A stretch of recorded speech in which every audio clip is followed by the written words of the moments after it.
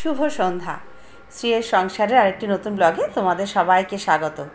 এই যে দেখো কী হারে ঝড় উঠেছে, মানে কি যে বৃষ্টি হচ্ছে আর ঝড় হচ্ছে, আর তার সঙ্গে বিদ্যুৎ চমকাচ্ছে, মানে এত ভয় লাগছে চিন্তা করতে পারবে না।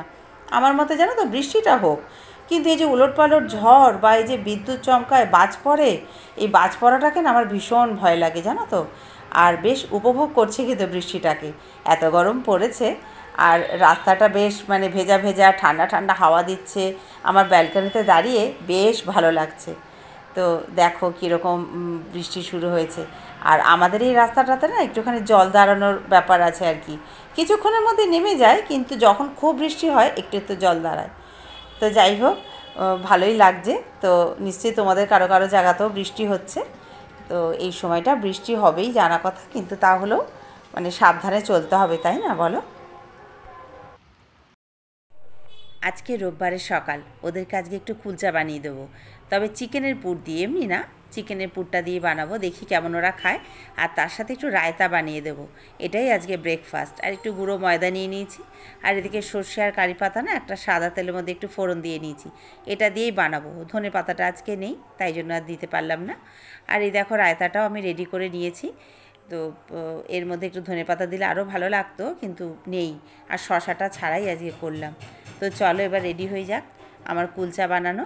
আর এ দেখো চিকেনটাকে আমি একটুখানি সেদ্ধ করে একটু ফ্রাই করে নিয়েছিলাম, আর একটু হাত দিয়ে গুঁড়ো গুঁড়ো করে নিয়েছি, নইলে পুরটা তো করতে পারবো না। তো এইবার স্ল্যাবটাকে খুব ভালো করে মুছে নিয়েছি, একটু গুঁড়ো ময়দা ছড়িয়ে নিলাম। আর যেভাবে আমরা ওই গোল করে ওর মধ্যে বাটি বানিয়ে পুর বানাই আর কি, সেভাবেই করে নিচ্ছি। তবে এই কুলচা বানানোর ময়দাটা আরও ঘন্টা দুয়েক মানে মেখে রাখতে পারলে না ভালো হতো জানো তো। আমি হঠাৎ করে ঠিক করেছি তো, যার জন্য ঘন্টাখানেক মাখিয়ে রেখেছিলাম, তার বেশি না, কিন্তু আমার মনে হয় আরেকটু বেশিক্ষণ রাখলে ভালো হয় আরও। যাই হোক, একটুখানি শর্টকাট পদ্ধতিতে কুলচা বানিয়ে খাওয়ানো। আমরা তো আর প্রফেশনাল রাঁধুনি না যে ভীষণ একদম পারফেক্ট হবে বা বিয়ে বাড়ির মতন করতে হবে, ওই মোটামুটি একটা কুলচা বানাচ্ছি আর কি, দেখি ওরা কেমন খায়। তো চলো এবার একটু বানিয়েছি, এবার আস্তে আস্তে বানিয়ে রাখবো, তারপর একটা একটা করে গ্যাসের উপরে ওভেনে বসিয়ে বানাবো।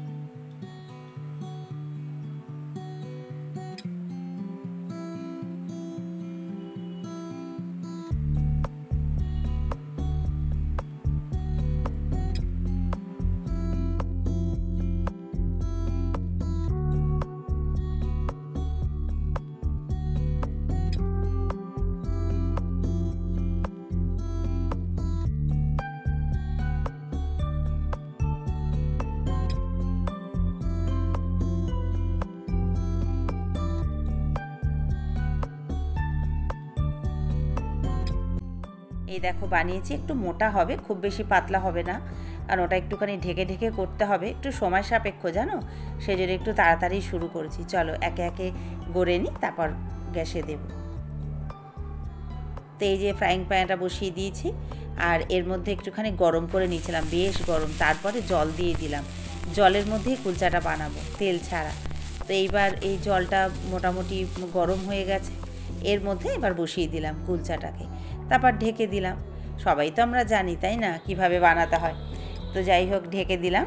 এইবার যেখানটা আমার ওই ঢাকনার মুখটাকে ঢাকার জন্য একটা লবঙ্গ দিয়ে দিলাম, ব্যাস, তাহলে আর এয়ারটাও বেরোলো না, ওই ভাপে ভাপেই তোমার কুলচাটা সেদ্ধ হবে, সফট হবে। আর এভাবেই বানাচ্ছে। আর পরে আমি তোমাদের দেখাতে ভুলে গেছি, ওই সর্ষে কারি পাতা দিয়ে যে ফোড়নটা তেলটা, সেটা ওপর একটু দিতে ভুলে গেছিলাম, পরে একটু দিয়ে নিয়েছিলাম।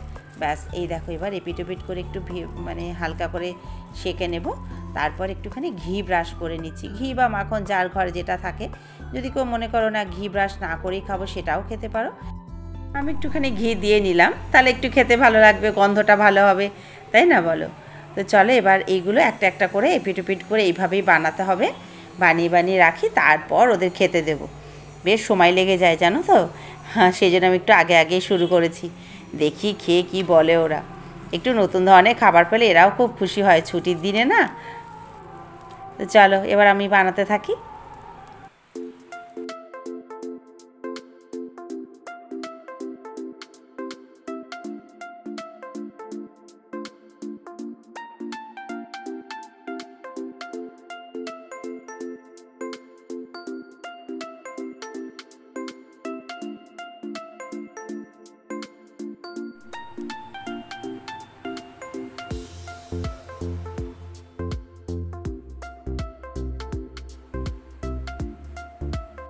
ভালো চিকেনের পুর ভরা কুলচা আমার রেডি।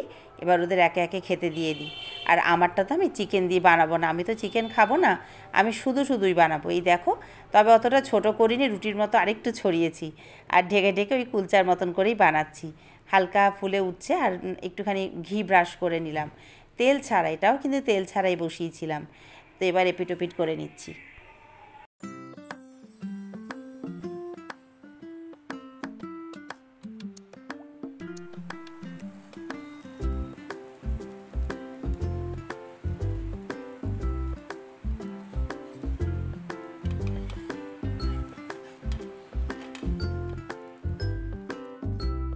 দুপুরে রান্নাটাও বসে গেছে। এখানে চালটা আমি একটু ভিজিয়ে রেখেছিলাম, আমরা একটুখানি ঝরঝরে সলা ভাত খাই, তো একটু গরম না হলেও ভালো লাগে না, তাই একটু দেরি করে করব। তো ভিজিয়ে রেখেছিলাম আগে থেকে।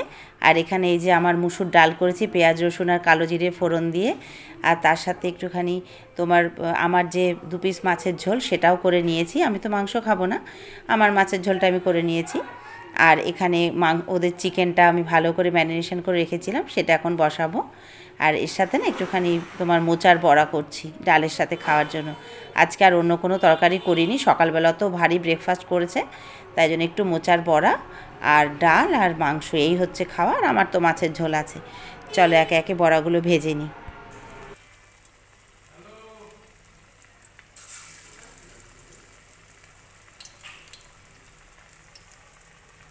তো যাই হোক বন্ধুরা, এখন তো আমি রান্না শেষের পথে। তো সকাল থেকে তো লেগেছি, আজকে বেশ পরিশ্রম পড়ে যায় জানো তো, একটু অন্যরকম কিছু করতে গেলে। তো যাই হোক, আমার ভিডিওটা আর বাড়াবো না, এখানেই শেষ করব। তোমরা ভালো থেকো, সুস্থ থেকো, আনন্দে থেকো, আর এভাবেই আমার সঙ্গে থেকো। যদি ভালো লাগে অবশ্যই একটা লাইক করো। আর যারা ইউটিউব থেকে দেখছো তারা যদি সাবস্ক্রাইব না করে থাকো করে নিও। আর যারা ফেসবুক থেকে দেখছো তারা অবশ্যই ফলো করে নিতে পারো, যদি মনে হয় যে আমার ভিডিওটা তোমাদের ভালো লাগছে। তো চলো, আর ভিডিওটা বাড়ালাম না, এবার আমি রান্নার দিকে মন দিই, শেষ করছি। টাটা।